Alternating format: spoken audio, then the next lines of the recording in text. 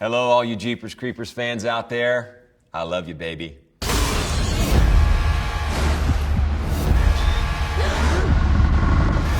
my name's Jonathan Breck. I play the Creeper.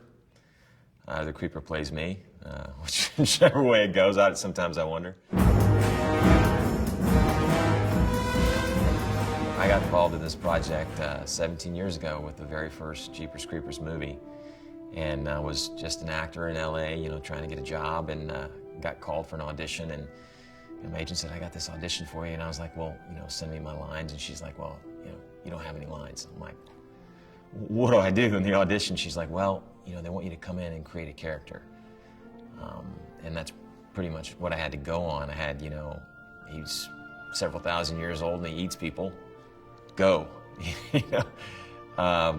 And for whatever reason, it made sense to me. So I went in and had fun with the audition, and the rest is history.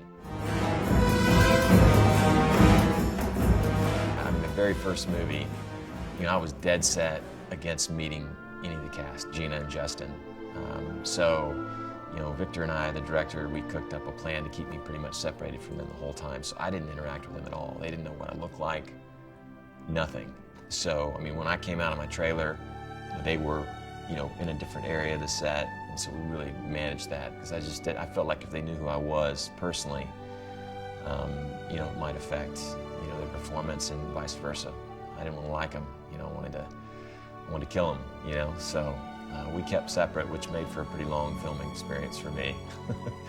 Being in having the good fortune to do a third movie like this is really great, because you do the first movie, and a lot of the background work is done on the first movie. When I go in to play that character, right, it was done back in 2000, and then came back 2 years later and had a chance to build on that, right?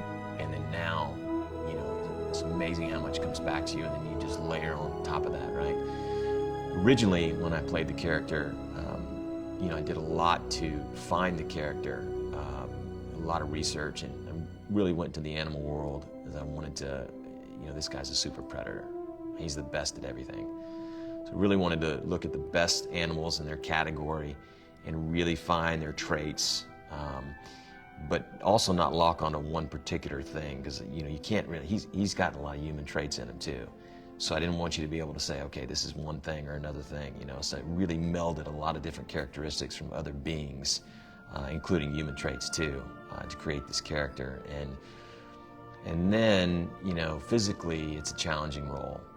It's just really grueling more than anything else. So, I start working out usually pretty in zest about 6 months before the movies. I'd be hard pressed to call it have a favorite part. I love flying on the wire. I love working on the wires. That's a thrill. Getting pulled up by a big old crane and flying over people, and that's a thrill. The energy, it does so. I just enjoy playing the character a lot, because when you walk on the set, you feel you're in these characters' clothes. You're in the costume. By the way, the makeup is molded. It's so good now. It's molded exactly for you. It literally is a second skin. I look down at my hand, and every vein in my hand is the Creepers. It looks like my skin under the Creepers. So it really, there's a power in that. Walking around the set, you feel bulletproof, literally, like the Creeper. So it's just a ball to play this character. As hard as it is, most days, above all, it's fun for me.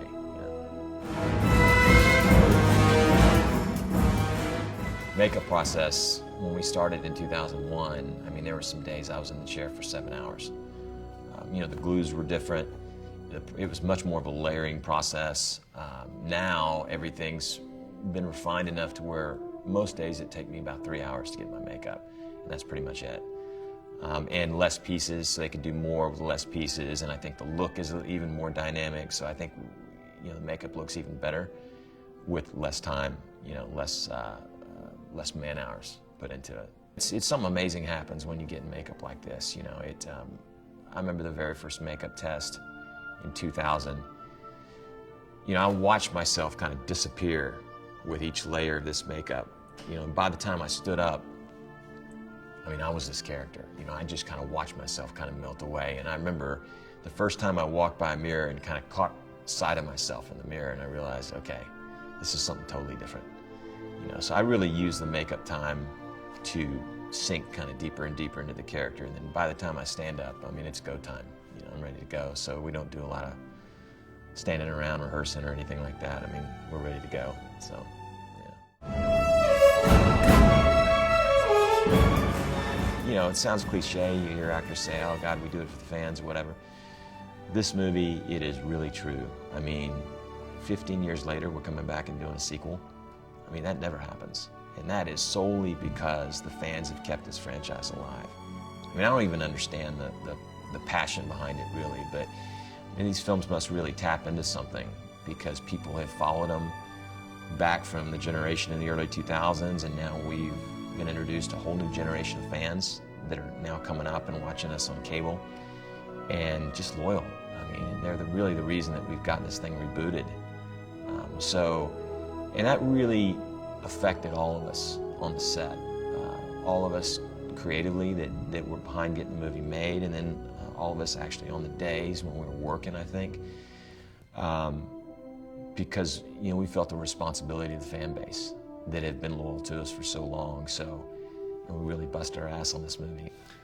Every now and then I'll go out to a convention. I don't do a lot of them, but I love going out to meet the fans, and I think it's important, you know, to see how your work's appreciated and accepted, and I just like talking to the fans, and you know, there's been some pretty unique experiences out at the horror conventions, to be sure. You know, I'm constantly surprised. I mean, I'll get people to come up to me that they've driven, you know, 3,000 miles or something, you know, all the way across the country. You know, they'll you know, one fan came up and was like, hey, I drove up with my buddies, and you know, we came up from Florida, and I think this was in New York or something. He said, we saw a couple cornfields along the way, so we just started cutting down corn stalks and put them in the back of our car, and we're gonna set up this little cornfield, and when you stand in, you know, would you stand in this cornfield with us and take this picture? And it's crazy fandom stories. And you know, I've had a few mothers come up, one I'll never forget, who came up and said, my 3-year-old just loves your movies. I mean, nothing else can get him to calm down. When he won't go to sleep, or I can't get into mind, I'll just sit him in front of your, you know, your Jeepers Creepers, and he just is fixated by it. I don't know what to say to that, you know? It's like, good for your kid, you know? There you go. Hope you really enjoyed Jeepers Creepers 3, because I love making it. We really appreciate all the support over the years, and there's lots more. We're just getting started.